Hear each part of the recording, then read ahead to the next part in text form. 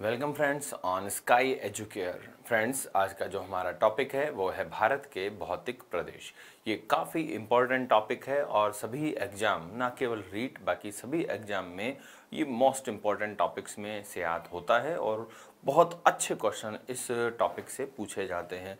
तो सबसे पहले मैं आपको बता दूं कि भारत के भौतिक प्रदेशों का डिवाइडेशन हम कैसे करते हैं। तो भारत के भौतिक प्रदेशों को डिवाइडेशन के लिए हमने कुछ आधार लिए हैं, जैसे एक है उत्पत्ति के आधार पर और एक हमने डिवाइडेशन लिया है उनकी जो जैसे वो नज़र आते हैं, जैसे उनकी भू आकृति है उसके आधार पर। ठीक है, तो यानी कि एक तो हो गया फिजियोग्राफिक रीजन यानी भू आकृतिक प्रदेश, और एक होता है फिजिकल फीचर यानी कि भौतिक क्षेत्र या भौतिक विशेषताओं के आधार पर। तो सबसे पहले हम भारत को हम विभाजित करते हैं उत्पत्ति के आधार पर। उत्पत्ति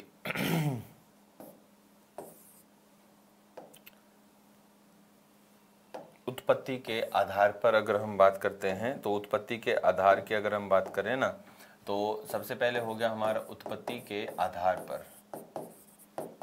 उत्पत्ति के आधार पर हम भारत को अगर भौतिक प्रदेशों में डिवाइड करते हैं तो देखो कौन कौन से भौतिक प्रदेश हमारे यहाँ रहते हैं। पहले मैं इनकी काउंटिंग लिखूंगा, फिर मैं आपको भारत के मानचित्र में डायग्राम के थ्रू वो बताऊंगा। सबसे पहले आ जाता है हिमालय। ठीक है, उसके बाद उत्तर का विशाल मैदान, उत्तर का विशाल मैदान।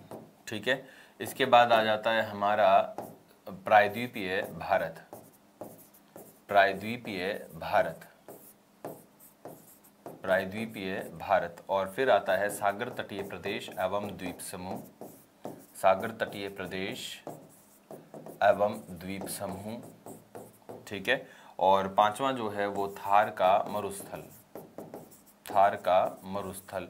बट यहाँ पे ये पांचवा हमने लिखा ही है, लेकिन उत्पत्ति के आधार पर वो किसका पार्ट है? उत्तर के विशाल मैदान का ही पार्ट है, क्योंकि ये टेथिस सागर का अवशेष है। प्रायद्वीप भारत उत्तर का विशाल मैदान भी टेथिस सागर का अवशेष है और हमारा जो सागर तटीय प्रदेश है ये भी टेथिस सागर का अवशेष है। तो इसलिए ये दोनों ही टेथिस सागर के अवशेष है। तो उत्पत्ति के आधार पर ये एक ही भू आकार है और इस भू आकार को कहते हैं उत्तर का विशाल मैदान। राइट, अब सागर तटीय प्रदेश, प्रायद्वीपीय भारत और हिमालय, तो इस तरह से उत्पत्ति के आधार पर हम सिर्फ 4 पार्ट में डिवाइड करेंगे।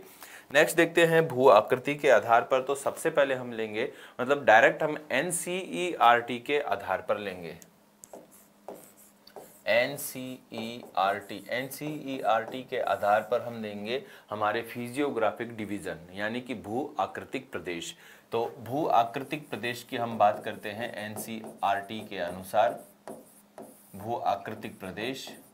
तो एनसीईआरटी के अनुसार हमारे जो भू आकृतिक प्रदेश हैं वो हैं 6। कितने हैं? 6। कितने भू आकृतिक प्रदेश हैं? 6। किसके आधार पर? एनसीईआरटी के आधार पर।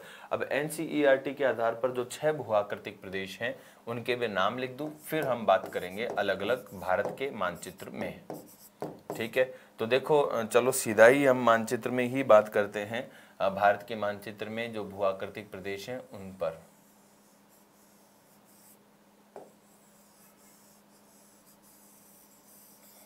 देखो, अगर हम बात करते हैं हमारे भारत के संदर्भ में, तो भारत को जिन हम 6 भू आकृतिक प्रदेशों में डिवाइड करने वाले हैं वो 6 भू आकृतिक प्रदेश अभी जस्ट हमारे सामने होंगे।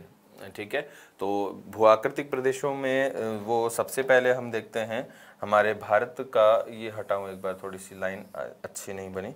तो यहाँ पे जो हमारे भारत के भू आकृतिक प्रदेश हैं उनमें कौन कौन आते हैं? तो देखो, भू आकृतिक प्रदेशों में एक आता है हिमालय, हिमालय यानी उत्तर हिमालय और उत्तर पूर्व हिमालय भारत के संदर्भ में। तो लेकिन हिमालय को हम कहते हैं, ये तो पूर्व हिमालय होता है, ये पश्चिमी हिमालय होता है। तो उत्तर एवं उत्तर पूर्व हिमालय, उत्तर एवं उत्तर पूर्व हिमालय, ये तो हो गया एक भू आकार, उत्तर एवं उत्तर पूर्व हिमालय। ठीक है, ये ध्यान रखना है। फिर हम आगे बात करें तो दूसरा जो भू आकार है हमारा वो होता है हमारा उत्तर का विशाल मैदान, उत्तर का विशाल मैदान। उत्पत्ति के आधार पर तो ये पूरा एक ही है, लेकिन क्योंकि हम भू आकृतिक प्रदेश पढ़ रहे हैं एनसीईआरटी के अनुसार, तो इसमें थार के मरुस्थल को अलग किया हुआ है। ये वाला जो भू आकार है ये थार का मरुस्थल है। तो इसको हमने अलग किया हुआ है, थार का मरुस्थल। ठीक है, एक पार्ट हो गया कौन सा, उत्तर पूर्व हिमालय, और दूसरा पार्ट कौन सा हो गया, थार का मरुस्थल। तीसरा जो पार्ट है हमारा वो है, अब है तो उत्पत्ति के आधार पर टेथी सागर का ही भाग, लेकिन यहाँ पर हम इसे अलग कर रहे हैं और ये अलग होके क्या बन गया, अब हम इसको कहेंगे उत्तर का विशाल मैदान। तो यानी ये हो गया तीसरा पार्ट। ठीक है, या हम इसको दूसरा दे देते हैं, या इसको दूसरा या इसको तीसरा, तो काउंटिंग में चलो कोई नहीं। तो ये दूसरा पार्ट हो गया और वो तीसरा पार्ट हो गया, और उत्तर पूर्व हिमालय ये हो गया हमारे भारत का पहला भू आकृतिक प्रदेश। तो पहला भू आकृतिक प्रदेश हो गया हिमालय, दूसरा भू आकृतिक प्रदेश थार का मरुस्थल, तीसरा भू आकृतिक प्रदेश उत्तर का विशाल मैदान। अब आगे देखते हैं कौन सा, अब ये है पूरा संपूर्ण प्रायद्वीपीय पठार। पूरा जो आप देख पा रहे हैं ये है प्रायद्वीपीय पठार, प्रायद्वीपीय पठार।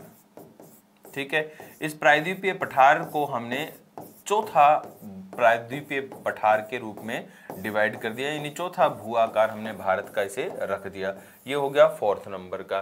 तो पहला, दूसरा, तीसरा, चौथा। अब यहां बात करें तो ये है हमारा सागर तटीय प्रदेश, ये वाले। तो इसको एनसीईआरटी ने 5वां भू आकार का नाम दिया है। एनसीईआरटी में 5वां भू आकार है, 5वां भू आकार सागर तटीय प्रदेश, सागर तटीय प्रदेश। और छठा जो भू आकार है उसको एनसीईआरटी में द्वीप समूह के नाम से शो किया गया है। तो द्वीप समूह,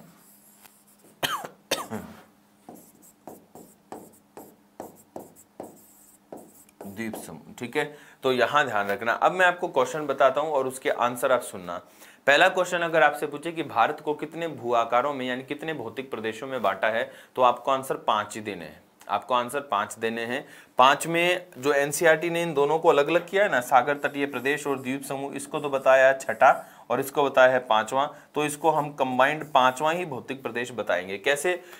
पहला हो गया उत्तर हिमालय, दूसरा हो गया उत्तर का विशाल मैदान, एक हो गया थार का मरुस्थल, एक हो गया प्रायद्वीपीय पठार, चौथा, और 5वां आपको बताना है सागर तटीय प्रदेश एवं द्वीप समूह। लेकिन ऐसे पूछे कि भारत को कितने भू आकृतिक प्रदेशों में बांटा गया है, ये तो है physical division. Physical division English में इनको बोलते हैं फिजिकल डिवीजन, यानी कि भौतिक क्षेत्र या भौतिक संभाग या भौतिक विभाग। लेकिन ऐसे पूछे भू आकृतिक विभाग, तब आपको आंसर देना है 6। ये ध्यान रखना है, दोनों में अंतर है। एक है फिजियोग्राफिक डिवीजन, फिजियोग्राफिक डिवीजन यानी कि भू आकृतिक संभाग, तब आपको बताने हैं 6। एक पूछे फिजिकल डिवीजन यानी कि भौतिक विभाग, तब आपको बताने आंसर 5। यानी सिंपल मैं हिंदी में बोलता हूं, कोई आपसे क्वेश्चन पूछे ये है कि बताओ बच्चों भारत को कितने भौतिक प्रदेशों में बांटा जाता है, तब आपको आंसर देना है 5 में। ठीक है, फिर कोई पूछे बताओ बच्चों भारत को कितने भू आकृतिक प्रदेशों में बांटा गया है, तब आपको आंसर देना है 6। ठीक है, एनसीईआरटी के अनुसार भारत में 6 भू आकृतिक प्रदेश हैं और 5 भौतिक प्रदेश हैं, यानी कि 6 फिजिकल डिवीजन, ठीक है, are in India and 5 physical जो डिवीजन है वो हमारे भारत में है, और जो 6 फिजियोग्राफिक डिवीजन है वो हमारे भारत में है। ठीक है, ये ध्यान रखना है। तो 5 भौतिक प्रदेश और 6 भू आकृतिक प्रदेश हमारे भारत में है। अब कौन सा भू आकार किससे बना है, तो हिमालय जो बना है वो तो बना है टेथिस सागर से। हिमालय किससे बना है? टेथिस सागर से बना है। ठीक है, ये ध्यान रखना है। उत्तर का विशाल मैदान किससे बना है? उत्तर का विशाल मैदान भी टेथिस सागर से बना है, टेथिस सागर से बना है। और थार का मरुस्थल किससे बना है? थार का मरुस्थल भी टेथिस सागर से बना है, थार का मरुस्थल भी टेथिस सागर से बना है। प्रायद्वीपीय पठार, संपूर्ण प्रायद्वीपीय पठार गोंडवाना लैंड का अवशेष है, गोंडवाना लैंड का अवशेष है। इसके अलावा सागर तटीय प्रदेश ये प्रायद्वीपीय पठार के ही भाग हैं, तो गोंडवाना लैंड के भूभाग हैं। लेकिन अगर बात करते हैं द्वीप समूह की, तो इसमें जो लक्षद्वीप है, लक्षद्वीप में गोंडवाना लैंड की चट्टानों पर कोरल यानी कि प्रवाल या मूंगा या शंख ने द्वीप का निर्माण किया है। और अगर हम बात करते हैं इधर अंडमान निकोबार द्वीप समूह की, तो अंडमान निकोबार जो द्वीप समूह है, अंडमान निकोबार द्वीप समूह का जो निर्माण हुआ है वो निर्माण हुआ है किससे? ज्वालामुखी के उद्गार से। ठीक है।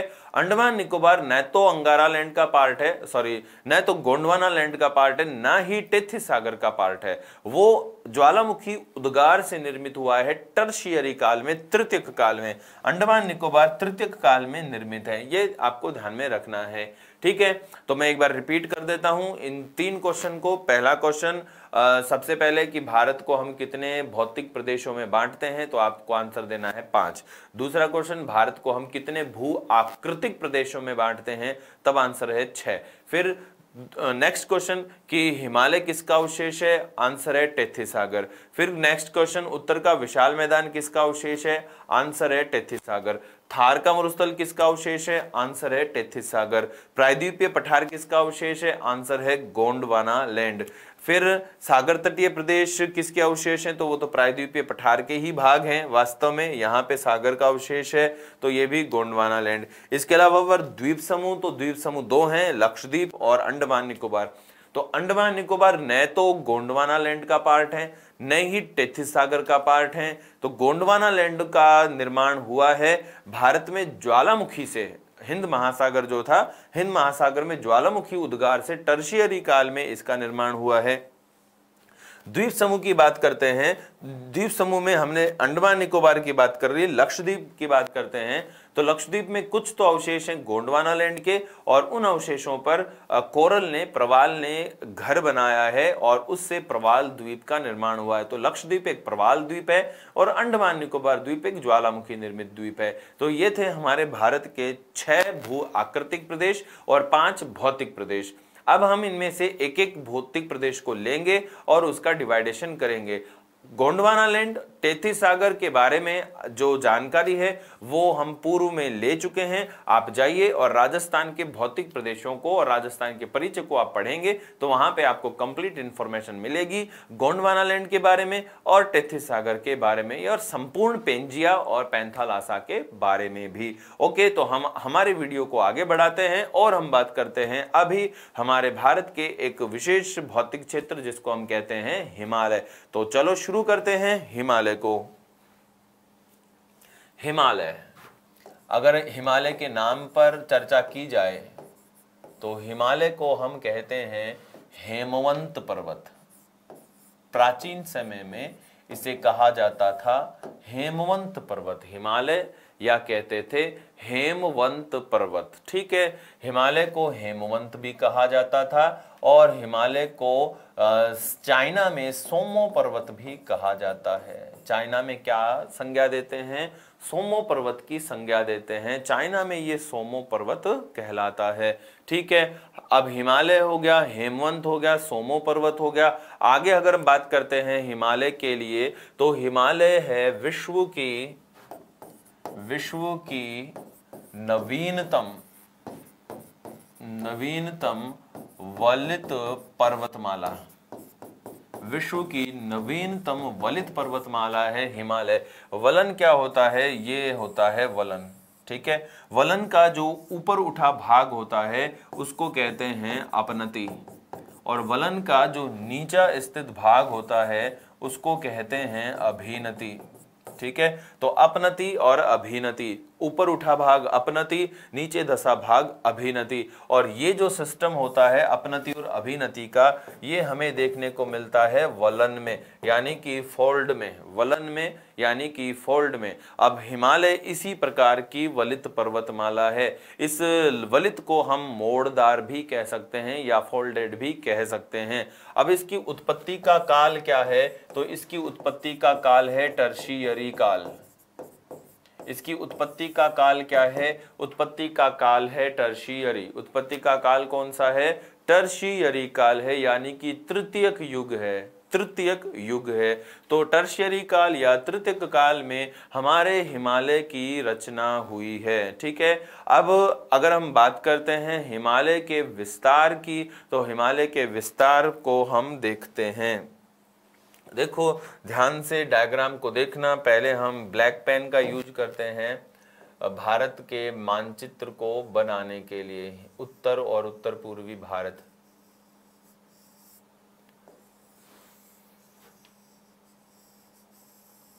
ये हमारे भारत का उत्तरी राज्य हो गए और ये थोड़ा सा बड़ा हो गया, छोटा करते हैं इसको यहाँ, और यहाँ से ये हो गया नेपाल, और ये हो गया भूटान, और ये हो गए अरुणाचल प्रदेश और हमारे उत्तर पूर्वी राज्य। ठीक है। अब देखो, हम अगर यहाँ बात करते हैं हमारे भारत के संदर्भ में और यानी हिमालय के संदर्भ में, तो हिमालय कहाँ से शुरू होता है और कहाँ तक फैला है? तो हिमालय यहाँ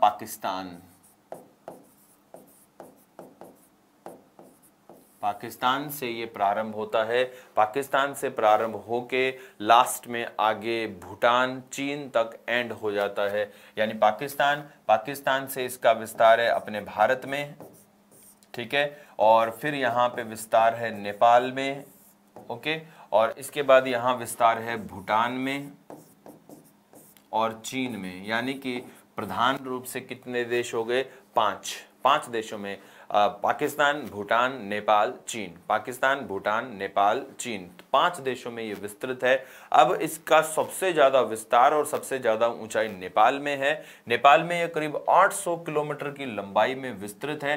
तो नेपाल, यहाँ जो सबसे ऊंचा विस्तार है नेपाल का, तो बस इसी वजह से नेपाल को हिमालय का वरद पुत्र कहा जाता है, वरद पुत्र। ठीक है, नेपाल को हिमालय का क्या कहते हैं? वरद पुत्र कहते हैं। ठीक है, ये ध्यान रखना है। ओके, वरद पुत्र का अर्थ यहाँ पे है बड़ा बेटा, वरद पुत्र यानी कि बड़ा बेटा। ठीक है, तो यहाँ अच्छे से हम आगे बढ़ते हैं। तो पाकिस्तान हो गया, भारत हो गया, चीन, नेपाल, भूटान। अब इसके विस्तार की हम बात करते हैं। तो यहाँ ये पाकिस्तान से शुरू होता है और उसके बाद आगे बढ़ता है, पूरे तलवार की शेप में, धनुष की शेप में आगे बढ़ता है और उत्तराखंड को कवर करते हुए, जम्मू कश्मीर, हिमाचल प्रदेश, लद्दाख को कवर करते हुए नेपाल पहुंच जाता है और नेपाल से ये सिक्किम को एंटर करता है, सिक्किम में, और भूटान पहुंच जाता है और फिर अरुणाचल प्रदेश और हमारे उत्तर पूर्वी राज्यों में विस्तृत है। सिक्किम, मिजोरम, त्रिपुरा, कुछ भाग इसका असम में है, दार्जिलिंग वेस्ट बंगाल में है और फिर ये आगे तिब्बत तक पूरा विस्तृत है। यहाँ है चीन का पार्ट तिब्बत। ठीक है, ये ध्यान रखना, यहाँ से लेके यहाँ तक तिब्बत ही है पूरा। ओके, तो इस तरीके से हमारे हिमालय का मोस्टली विस्तार है। ओके, यानी मोस्टली हमारे भारत के उत्तर पूर्वी राज्यों में भी हिमालय विस्तृत है। अब हिमालय की जो शेप है आप नजर आ रही है, हिमालय की शेप है धनुष के आकार की या वलन के आकार की। वलन यानी कि फोल्ड जो है, वो तो फोल्ड तो है ही ये पूरा, लेकिन एक धनुष के शेप या तलवार की शेप के हमें नजर आता है। अब इसके विस्तार की अगर लंबाई चौड़ाई की हम बात कर रहे थे, तो लंबाई चौड़ाई पर हम बात करते हैं। हमारा जो हमारा जो हिमालय है ये पाकिस्तान से लेके आगे लास्ट में तिब्बत तक करीब 2500 किलोमीटर की लेंथ में विस्तृत है। एनसीईआरटी में यहाँ पे बता रखी है 2 बातें। अपना जो टोटल मैटर है वो एनसीईआरटी और जो बड़ी टेक्स्ट बुक है उनके अकॉर्डिंग है। वैसे तो हिमालय को 2400 किलोमीटर बता रखा है, लेकिन ये है कि हिमालय में एक पार्ट है जो कि हिमालय का सबसे बड़ा भाग है, वो है महान हिमालय। तो महान हिमालय में इसकी अधिकतम जो लंबाई है वो 2500 किलोमीटर है। यानी कि हिमालय जो है वो हिमालय 2400 किलोमीटर है, लेकिन महान हिमालय में इसका विस्तार अधिकतम 2500 किलोमीटर तक गया हुआ है। ठीक है, ये ध्यान रखना है। ओके, तो ये हो गया। और इसकी जो एवरेज हाइट की बात करते हैं तो 2500 किलोमीटर लंबा है और करीब 6000 मीटर ऊंचा है। इसकी औसत ऊंचाई कितनी है? 6000 मीटर है। और इसकी औसत ऊंचाई की अगर हम बात करते हैं तो ये विश्व की सबसे ऊंची पर्वतमाला है, विश्व की सबसे ऊंची पर्वतमाला है। ये ध्यान रखना है, विश्व का सबसे ऊंचा वलित पर्वत तो है ही, विश्व की सबसे ऊंची वलित पर्वतमाला यही है। ठीक है, ये ध्यान रखना है। तो अब अगर हम इसके सबसे ऊंचे शिखर की बात करते हैं तो इसका सबसे ऊंचा शिखर हमें देखने को मिलता है नेपाल और तिब्बत की सीमा पर। नेपाल और तिब्बत की सीमा पर इसका सबसे ऊंचा शिखर है। और सबसे ऊंचा शिखर अगर कोई है उसकी हम बात करें तो वो होता है हमारा सबसे ऊंचा शिखर, वो है हमारा mount Everest. Mount Everest. Mount Everest की अगर हम बात करते हैं तो माउंट एवरेस्ट को चीन में कहते हैं चोमोलुंगमा। चोमोलुंगमा।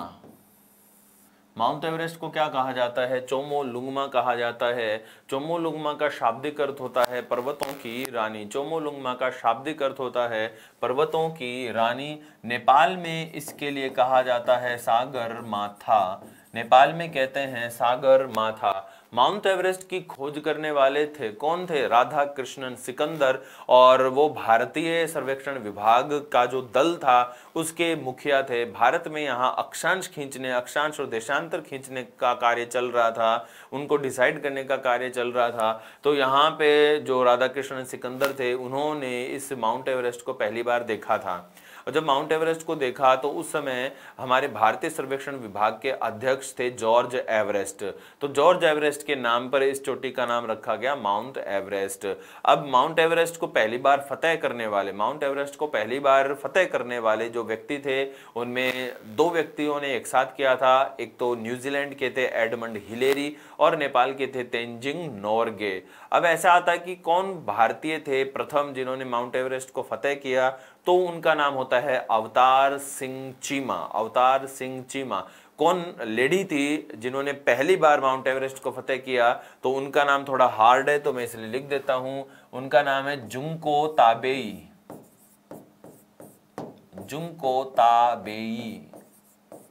जुंको ताबेई ये जापान की थी। जुंको ताबेई इन्होंने माउंट एवरेस्ट को पहली बार फतेह किया था। ऐसे पूछते हैं कि प्रथम भारतीय महिला, तो प्रथम भारतीय पुरुष तो कौन थे? अवतार सिंह चीमा। और प्रथम भारतीय महिला तो बछेंद्री पाल, सब ही जानते हैं बछेंद्री पाल।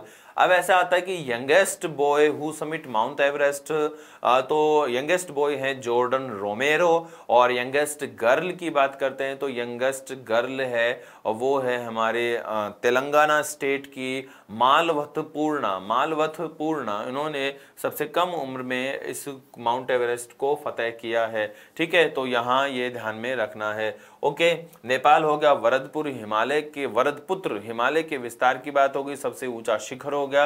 अब इसी हिमालय में भारत का भी सबसे ऊंचा शिखर है। हिमालय में भारत का भी जो सबसे ऊंचा शिखर है वो भारत का सबसे ऊंचा शिखर है पीओके में स्थित है। और जो सबसे ऊंचा शिखर है पीओके में वो कहलाता है K2। इसको गॉडविन ऑस्टिन भी कहते हैं। क्या कहते हैं? Godwin Austen. ठीक है, तो गॉडविन ऑस्टिन भी ये कहलाता है और सबसे ऊंचा शिखर है ये भारत का। लेकिन ये पीओके में स्थित है ना, तो ऐसे क्वेश्चन आता है कि भारत की मुख्य भूमि में स्थित सबसे ऊंचा शिखर कौन सा है? तो भारत की मुख्य भूमि में, पूर्णतया तो मुख्य भूमि में नहीं है, लेकिन एक ऐसा शिखर है जिसका कुछ भाग नेपाल में लेकिन उसकी सर्वोच्च ऊंचाई है वो है सिक्किम में, तो वो है कंचनजंगा। कौन है? कंचनजंगा। कंचनजंगा। ठीक है, 8,586 मीटर की हाइट होती है कंचनजंगा की। सिक्किम और नेपाल की सीमा पर स्थित है, लेकिन इसका सर्वाधिक विस्तार सिक्किम में है। K2 आप जानते हैं 8,611 है, ये 8,586 है। माउंट एवरेस्ट 8,848 है। अब देखो कंचनजंगा, एक बार एक क्वेश्चन आया था कि पूर्णतया भारत में स्थित भारत का सर्वोच्च शिखर। तो देखो पूर्णतया भाई कंचनजंगा भारत का सबसे ऊंचा शिखर है मुख्य भूमि में। ऐसी इनकी लोकेशन होती है, जैसे मान लो ये नेपाल और सिक्किम की बॉर्डर है, इधर तो नेपाल हो गया, इधर सिक्किम हो गया, ये ऐसे है। इसकी जो ऊंचाई है ये वाली, ये कहाँ पड़ती है? भारत में पड़ती है ना। लेकिन इसका विस्तार कहाँ तक है? नेपाल तक है। इसका विस्तार कहाँ तक है? नेपाल तक है। तो बस यही वजह है कि हम सिक्किम में स्थित कंचनजंगा को भारत की मुख्य भूमि में स्थित सबसे ऊंचा शिखर बताते हैं। लेकिन ऐसे क्वेश्चन आ जाए कि पूर्णतया भारत में स्थित भारत का सबसे ऊंचा शिखर कौन है, तो वो उत्तराखंड में है। और वो उत्तराखंड में जो है वो 7,817 मीटर है। पूर्णतः भारत की मुख्य भूमि में स्थित भारत का सबसे ऊंचा शिखर, और वो है नंदा देवी। नंदा देवी, और नंदा देवी उत्तराखंड में है। नंदा देवी कहाँ है? नंदा देवी पड़ता है उत्तराखंड में। कहाँ पड़ता है? नंदा देवी पड़ता है उत्तराखंड में। ठीक है, ये ध्यान रखना है। तो ये विशेष बात हो गई हिमालय के विस्तार की, हिमालय की ऊंचाई की और हिमालय की जो सबसे ऊंची चोटियां हैं उनकी। ठीक है, आगे बढ़ते हैं। यहाँ पे अब भारत की जब ऊंची चोटियों की भारत में ऊंची चोटियों की जब हम बात ही कर रहे हैं तो यहाँ पे मैं आपको भारत के चारों ओर की जो सबसे ऊंची चोटियां हैं उनके बारे में बता देता हूँ।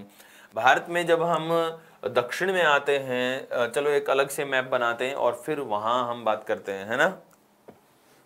ये तो ओके ना भाई, ये तो हो गया हिमालय के विस्तार। अब हिमालय के भारत के चारों ओर की जो सबसे ऊंची चोटियां हैं उन पर जरा बात कर लेते हैं। हिमालय के चारों ओर की जो ऊंची चोटियां हैं, भारत के चारों ओर की जो ऊंची चोटियां हैं उनको एक बार आप देख लो, क्योंकि एग्जाम में आ जाता है।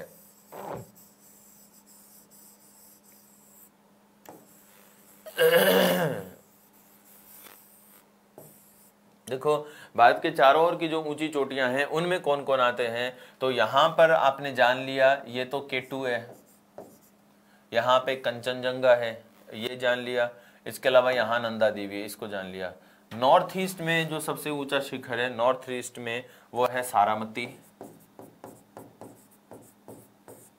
ठीक है, पूर्व में जो सबसे ऊंचा शिखर है वो है विशाखापट्टनम। विशाखापट्टनम को अरमाकोंडा भी कहते हैं, अरमाकोंडा। दक्षिण भारत की जो सबसे ऊंची चोटी है दक्षिण भारत की वो है अनाईमुडी, अनाईमुडी। इस पश्चिमी घाट की भी सबसे ऊंची चोटी अनाईमुडी ही है। ठीक है, इस पूर्वी घाट की भी सबसे ऊंची चोटी विशाखापट्टनम या अरमाकोंडा ही है। मध्य भारत की सबसे ऊंची चोटी, मध्य भारत की सबसे ऊंची चोटी धूपगढ़। उत्तर पश्चिम भारत में सबसे ऊंची चोटी गुरु शिखर। बस ठीक है, ये ध्यान रखना है। सारामती नागालैंड में पड़ती है। सारामती कहाँ है? नागालैंड में है। अब क्या करते हैं हम, हिमालय का जो विस्तार है वो तो हमने देखा। अब हिमालय के का जो डिवाइडेशन है और हिमालय की समान जो पर्वतमालाएं हैं उनकी हम बात करते हैं। देखो, सबसे पहली बात आप ये याद रखो कि हिमालय क्या है? टर्शियरी काल की यानी तृतीयक युग की पर्वतमाला है। टेथिस सागर से ये निकला है। अब टर्शियरी काल में हमारे इस पृथ्वी पर, टर्शियरी काल में हमारे इस पृथ्वी पर कई नवीन पर्वतों की उत्पत्ति हुई थी। इन नवीन जो पर्वत हैं इनमें कौन कौन आते हैं? देखो, इस नवीन पर्वत में जो कि हिमालय के समकालिक हैं उनमें आता है आल्पस, जो कि यूरोप में फ्रांस और स्विट्जरलैंड में, यानी स्विट्जरलैंड और फ्रांस में। कॉकेशस, विशेष इसका विस्तार रूस, जॉर्जिया, अजरबैजान में है। इसके अलावा और भी हैं काफी प्रसिद्ध, जिनमें आती है रॉकीज, एंडीज, ठीक है, एटलस पर्वतमाला, अफ्रीका महाद्वीप की एटलस पर्वतमाला। ये सभी के सभी क्या हैं? ये हमारे हिमालय के समकालिक हैं, यानी कि सभी की सभी टर्शियरी काल में ही निर्मित हुई हैं। कब हुई हैं? टर्शियरी काल में ही निर्मित हुई हैं, तृतीयक युग में ही निर्मित हुई हैं।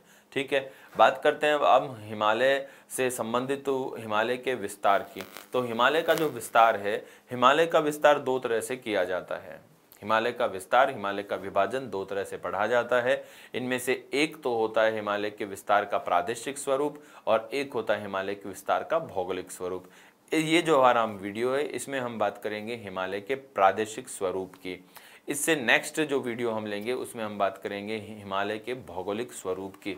तो हम बात करते हैं जिसको हम कहते हैं हिमालय का प्रादेशिक स्वरूप। हिमालय का जो प्रादेशिक स्वरूप है वो नदियों के आधार पर वर्गीकृत किया जाता है और सबसे सटीक जो वर्गीकरण देने वाले विद्वान हैं हिमालय का वो हैं सिडनी बुर्रार्ड। कौन है? सिडनी बुर्रार्ड।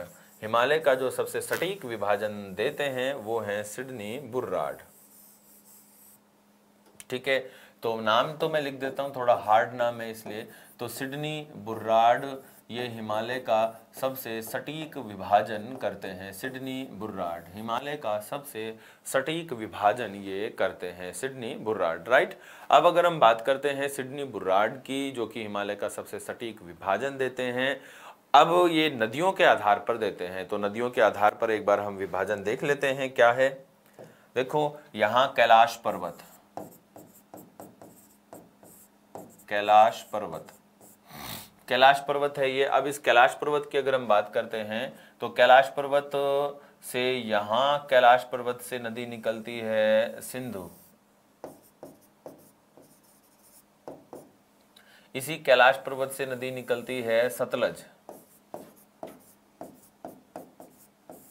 सिंधु सतलज। इस कैलाश पर्वत से नदी निकलती है ब्रह्मपुत्र,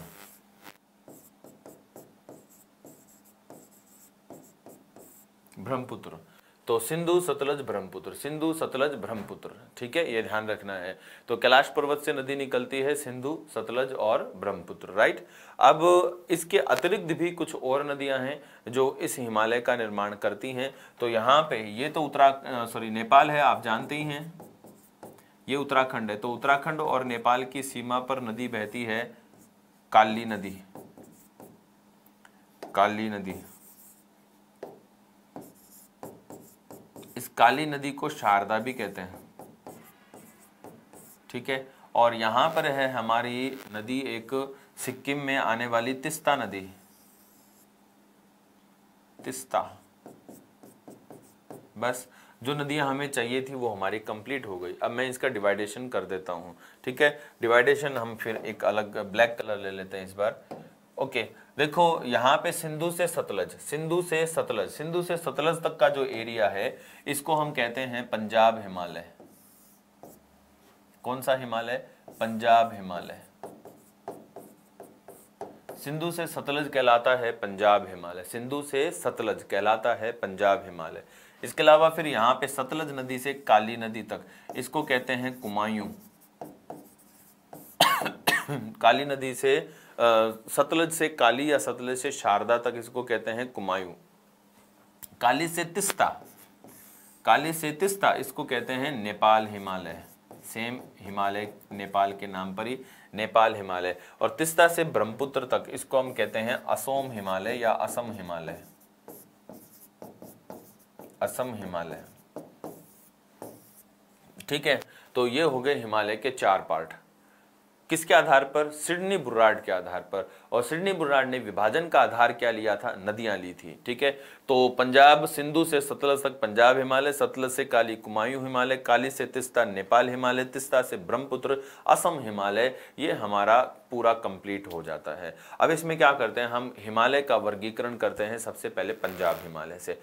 पहले एक क्वेश्चन बनता है कि इसको पंजाब हिमालय क्यों कहते हैं? क्या ये पंजाब में विस्तृत है? हाँ, पंजाब जो राज्य है हमारा, उस पंजाब राज्य में कुछ इसमें पहाड़ियां हैं, मतलब हल्का सा भाग है, ठीक है। लेकिन पंजाब में पूर्णता नहीं है। ये पंजाब में तो इतना सही है, लेकिन फिर भी इसको पंजाब क्यों कहा गया है? तो पंजाब कहने का जो रीजन है वो पंजाब कहने का रीजन है यहाँ पर बहने वाली पंच नद। वास्तव में क्या है कि पंजाब जो शब्द बना है ये पंच प्लस आब से मिलकर बना है। पंच का अर्थ होता है 5 और आब है उर्दू का शब्द जिसका अर्थ होता है 5 पानियों की भूमि, 5 जल की भूमि। तो 5 जल की भूमि है यहाँ। तो 5 जल की जो भूमि है अगर हम उनकी बात करते हैं तो 5 जल की भूमि कौन कौन है? पंच नद जिनको हम कहते हैं, उसमें कौन आता है? तो पंच नद में आते हैं झेलम, चिनाब, रावी, व्यास, सतलज। झेलम, चिनाब, रावी, व्यास, सतलज। झेलम, चिनाब, रावी, व्यास, सतलज। झेलम, चिनाब, रावी, व्यास, सतलज, ये आते हैं। झेलम, चिनाब, रावी, व्यास, सतलज, ये इनको हम क्या कहते हैं? इनको हम संज्ञा देते हैं पंचनद की। इनको हम संज्ञा देते हैं पंचनद की, राइट। तो झेलम, चिनाब, रावी, व्यास, सतलज क्या कहलाते हैं? पंचनद कहलाते हैं, राइट। ये तो बात हो गई पंचनद की। अब अगर हम बात करते हैं इन पंचनद से हट के भी, तो पंचनद के अतिरिक्त यहाँ पूरा जो एरिया है वो क्या है? इन 5 नदियों से मतलब सिंचित एरिया है। ये 5 नदियों से सिंचित एरिया है, तो भी ये पंजाब कहलाता है। ठीक है। तो झेलम, चिनाब, रावी, व्यास और सतलज की वजह से पंचनद हो गया। अब अगर हम बात करते हैं इस पंजाब हिमालय में सबसे ऊंचा शिखर, तो पंजाब हिमालय का जो सबसे ऊंचा शिखर है वो है K2 गॉडविन ऑस्टिन, 8611 मीटर की इसकी ऊंचाई है। इसके अलावा अगर हम बात करते हैं तो इसके अलावा अगर बात आती है यहाँ पे K2 के पास, K2 के लिए, और तो K2 ऐसा है कि वैसे तो पीओके में है लेकिन पीओके हमारा ही है, क्योंकि पीओके अवैध अधिकृत है ना, इसलिए हमें इसे K2 को हमारा ही मानना है, पीओके को हमारा ही मानना है। ठीक है। तो अब इसके अलावा यहाँ क्या खास बात है, तो देखो हिमालय में कई ऊंची चोटियां हैं। चोटियों को हम पढ़ेंगे भौगोलिक जब विभाजन करेंगे हिमालय का, तब मतलब 40 से 50 चोटियां हैं, हम उनकी बात करेंगे, लेकिन तब हम बात करेंगे जब हम पढ़ेंगे हिमालय का भौगोलिक विभाजन। बट अभी हम बात कर रहे हैं हिमालय के प्रादेशिक विभाजन पर, तो इस पंजाब हिमालय में जो कुछ खास है प्रादेशिक रूप से हम उनकी बात करेंगे बस। ठीक है। तो पंजाब हिमालय में प्रादेशिक रूप से हमें जो देखने को मिलता है उनमें राज्य पहले तो मैं बता दूं कौन कौन आते हैं। एक तो आता है इसमें केंद्र शासित प्रदेश जम्मू कश्मीर, एक आता है केंद्र शासित प्रदेश लद्दाख, एक आता है हिमाचल प्रदेश का भाग, वह भाग जहां पे सतलज नदी की सीमा शुरू होती है, तो सतलज नदी तक हैं हम, तो सतलज नदी जहां से शुरू होती है मतलब उसकी जहां सीमा है हिमाचल प्रदेश में वहां तक ये आता है। और कुछ पंजाब जो राज्य है, पंजाब में भी हल्की सी हिमालय की पहाड़ियों का विस्तार देखने को मिलता है, तो ये है पंजाब हिमालय। अब यहां हमें देखने को मिलता है मर्ग, एक देखने को मिलता है करेवा, एक देखने को मिलती है वुलर झील, एक देखने को मिलता है डल झील, और एक झील देखने को मिलती है पैगांग सो। इन पर बात करते हैं। मर्ग क्या होता है? मर्ग हम कहते हैं ऊंचाई पर स्थित घास के मैदान। मर्ग, ये जो पहला शब्द है मर्ग की हम बात कर रहे हैं, तो मर्ग क्या होता है? ऊंचाई पर स्थित घास के मैदान, ऊंचाई पर स्थित घास के मैदान, इन्हीं को हम क्या कहते हैं? मर्ग कहते हैं। कहने का अर्थ ये है कि जो हमारे मर्ग हैं ये ऐसे होते हैं,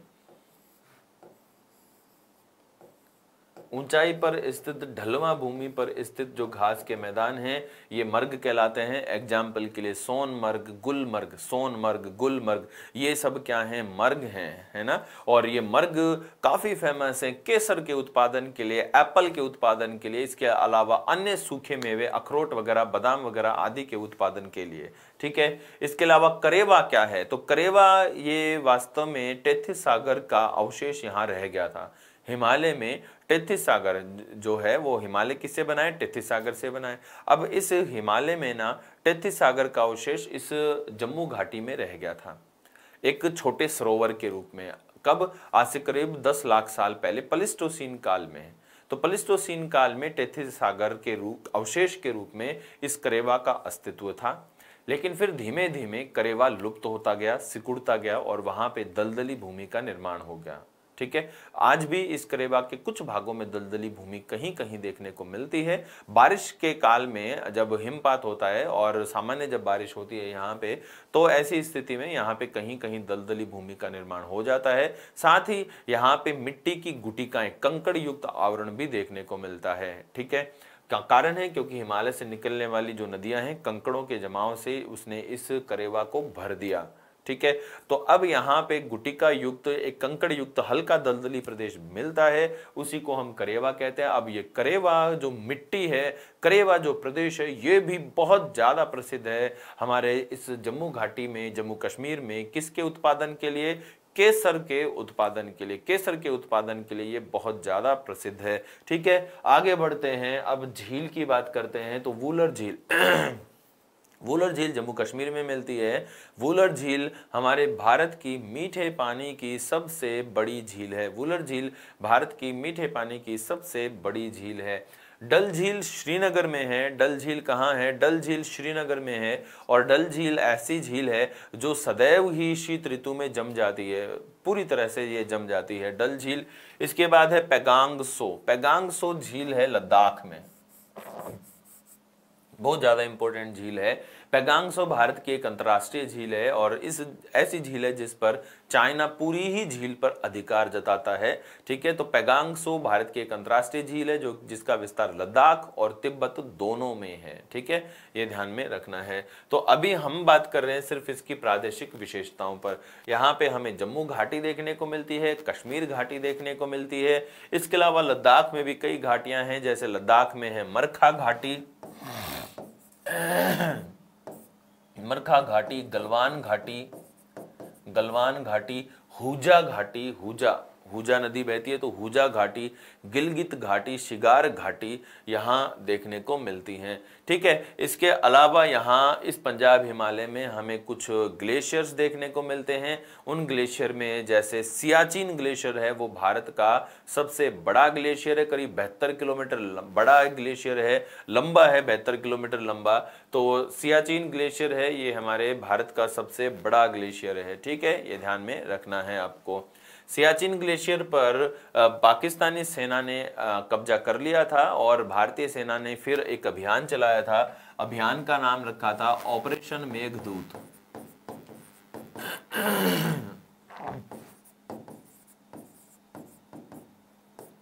ऑपरेशन मेघदूत रखा था। तो ऑपरेशन मेघदूत जो है ये क्या था कि भारतीय सेना के द्वारा पाकिस्तानी सेना को सियाचिन से खदेड़ने के लिए यह अभियान चलाया था, है ना।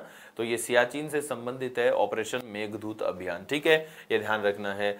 बस पंजाब हिमालय के लिए इतना ही। बाकी जो सारी विशेषताएं हैं वो कहाँ आती हैं? वो आती हैं जब हम हिमालय का भौगोलिक विभाजन करते हैं तब। ठीक है, बहुत सारी विशेषताएं आएंगी भौगोलिक विभाजन में। कराकोरम, लद्दाख, जास्कर, कैलाश, इन सब हिमालय का डिवाइडेशन भी हम करने वाले हैं। बात करते हैं कुमायूं हिमालय की, जो कि सतलज से काली नदी तक है। यहाँ पे जैसे ही नाम आता है तो वैसे सबसे पहला क्वेश्चन तो ये बन जाता है कि यह हिमालय का सबसे छोटा पार्ट है। मतलब ये जो हिमालय के 4 पार्ट हैं, पंजाब हिमालय, कुमायूं, नेपाल और असम हिमालय, तो कुमायूं हिमालय सबसे छोटा पार्ट है और नेपाल हिमालय हिमालय का सबसे बड़ा पार्ट है। इसमें आते हैं हिमाचल प्रदेश का दक्षिण भाग और संपूर्ण उत्तराखंड। ठीक है, अब इस कुमायूं में यहाँ खास विशेषता हैं 2। खास विशेषता क्या है, यहाँ मैं इनको हटा के आपको बता देता हूँ। खास विशेषताओं में सबसे पहले तो आ जाती है हमारे यहाँ पे बुग्याल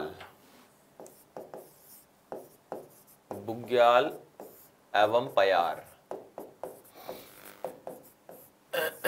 बुग्याल एवं पयार यहाँ आता है। बुग्याल और पयार क्या है, बुग्याल पयार क्या होते हैं? देखो, अगर हम बात करते हैं बुग्याल और पयार की, तो बुग्याल जो मर्ग थे ना जम्मू कश्मीर में, वे बुग्याल और पयार यहाँ पे वे सेम ही होते हैं, है ना। तो बुग्याल और पयार क्या होते हैं? ऊंचाई पर स्थित घास के मैदान जो होते हैं उनको हम बुग्याल और पयार की संज्ञा देते हैं। उत्तराखंड में कुमायूं में ऊंचाई पर स्थित घास के मैदान बुग्याल और पयार कहलाते हैं। इसके अलावा फिर यहाँ पे हमें मिलती है दून घाटियाँ। यहाँ पे हमें मिलती है दून और दुआर घाटियाँ। अब दून और द्वार घाटियां क्या होती हैं? तो दून जो घाटी होती है, दून घाटी क्या है? पर्वतों के मध्य स्थित जो घाटियां होती हैं इनको हम दून घाटी कहते हैं। पर्वतों के मध्य स्थित जो घाटी होती है इसको हम क्या कहते हैं? दून घाटी। ऐसे जैसे ये चारों ओर पर्वत हैं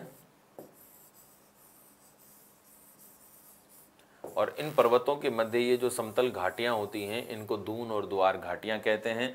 तो जब हम बात करते हैं उत्तराखंड का पूर्वी प्रदेश, तो उत्तराखंड के पूर्वी प्रदेश में तो इनको द्वार कहते हैं, जैसे कि हरिद्वार। और जब हम बात करते हैं उत्तराखंड का पश्चिमी प्रदेश, तब हम इनको कहते हैं दून, जैसे कि देहरादून, पाटलीदून, देहरादून, पाटलीदून। ठीक है, अब यहाँ पे एक चीज और याद रखनी है आपको कि अगर कोई प्रसिद्ध घाटी की बात आती है तो यहाँ पे प्रसिद्ध घाटी है फूलों की घाटी।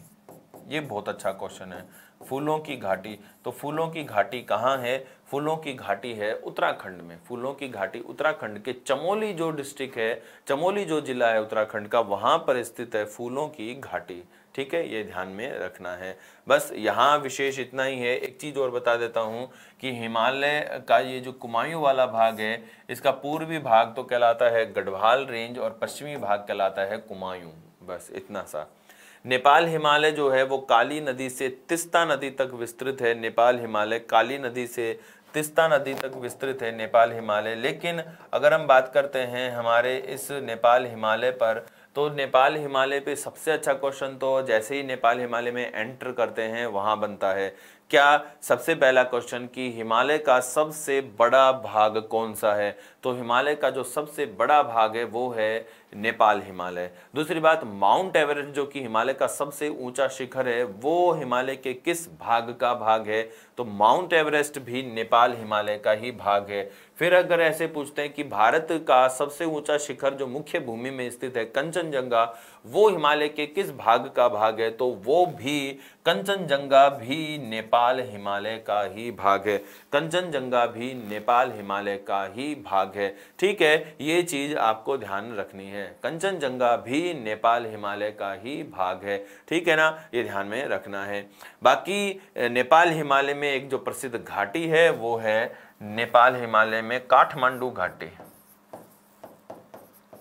बस अब यहाँ पे कई सारी ऊंची चोटियां हैं, उन सभी ऊंची चोटियों को हम भौगोलिक विभाजन के समय एक डायग्राम बनाते हैं उसमें पढ़ेंगे। एक क्वेश्चन आता है इस तरह से कि हिमालय की जो चोटियां हैं उनका पूरब से पश्चिम क्रम बताएं। तो जब भौगोलिक विभाजन पढ़ेंगे तो हिमालय की जो 40 चोटियां हैं करीब, यहाँ से लेके यहाँ तक इनका हम पूरब से पश्चिम की ओर क्रम जानेंगे।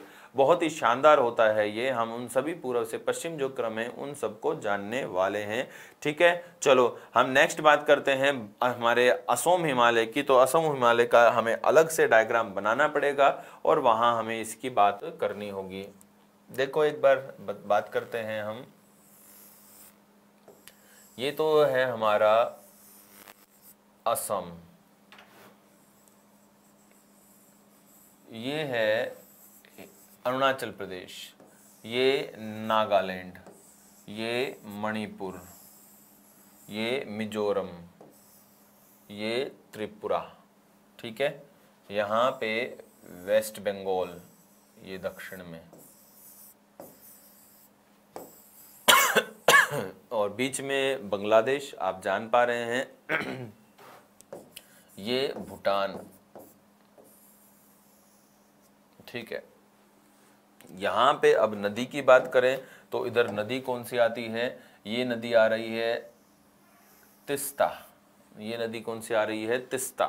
ठीक है, अब इतना जो पोर्शन है वो तो नेपाल हिमालय का पार्ट है, शेष जो भाग है लास्ट तक वो असम हिमालय का पार्ट है, असम हिमालय का पार्ट है। अब यहाँ का जो सबसे ऊंचा शिखर है वो तिब्बत में है, नामचा बरुआ, नामचा बरुआ वो सबसे ऊंचा शिखर है यहाँ का। अब यहाँ जो प्रमुख पहाड़ियां हैं हम उनकी बात करते हैं, तो यहाँ पर आती हैं अरुणाचल प्रदेश में डाफला, मीरी, ये पूछी जाती है इसलिए मैं यहाँ पे अभी बता रहा हूँ। डाफला, मीरी, अबोर, मिश्मी, पटकोई बूम की पहाड़ी, नागा पहाड़ी, मणिपुरी पहाड़ी, मिजो पहाड़ी, त्रिपुरा पहाड़ी। ठीक है, देखो नाम लिखता हूं मैं, A B C D, A B C D. A for है डाफला, बी फोर है मिरी, मीरी, डाफला, मिरी, अबोर, और डी फोर है मिश्मी। डाफला, मिरी, अबोर, मिश्मी, डाफला, मिरी, अबोर, मिश्मी। अब ये जो पहाड़ी है ये इसको हम लिख देते हैं X Y Z O, X Y Z O. X जो पहाड़ी है वो है पटकोई बूम, पटकोई बूम। वाई जो पहाड़ी है वो नागा पहाड़ी,